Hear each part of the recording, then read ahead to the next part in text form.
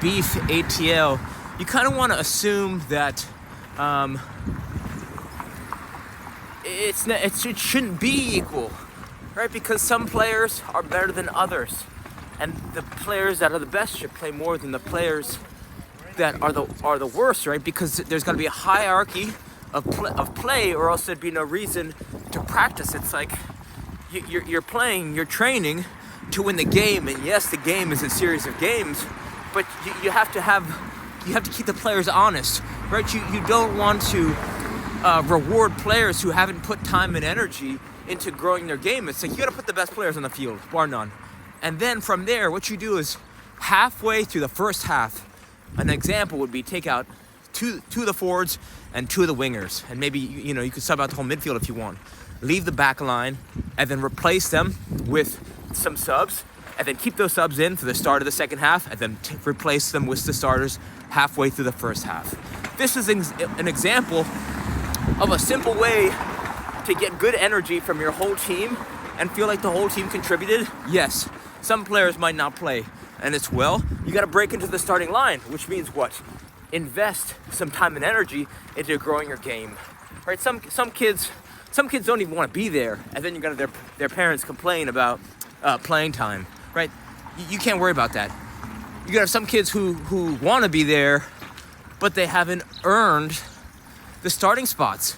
And then you might have messages from parents going, well, Tommy's better than Mark, and Mark doesn't play as much as Jerry, but I think it's like, well, my kid is almost as good, if not better, than this kid, so how come this kid plays more than my kid, right? So those are the kind of conversations that beginner coaches maybe struggle with. So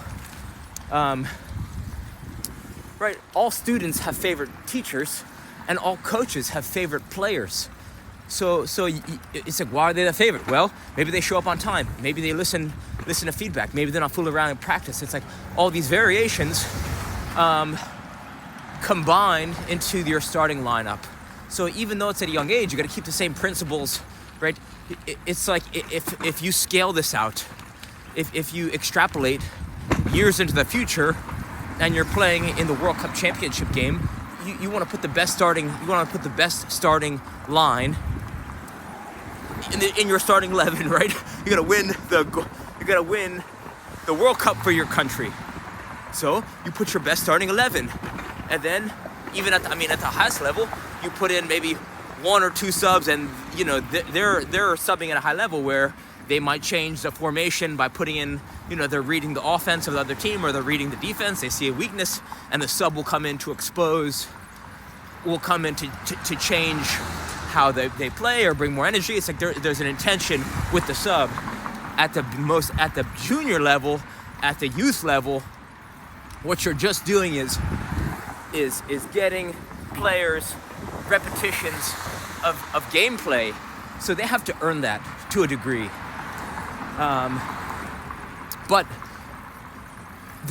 some coaches who are new to the game don't have a format for what effective substitution looks like, right? So the simple way that you utilize effective substitution is creating subs, right? Subbing a few of the players who do a majority of running on the field.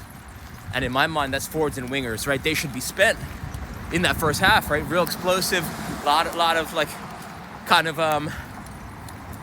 draining their tanks, since they know they're gonna get subbed out, right? You put your subs in, subs stay in until the end of the first half.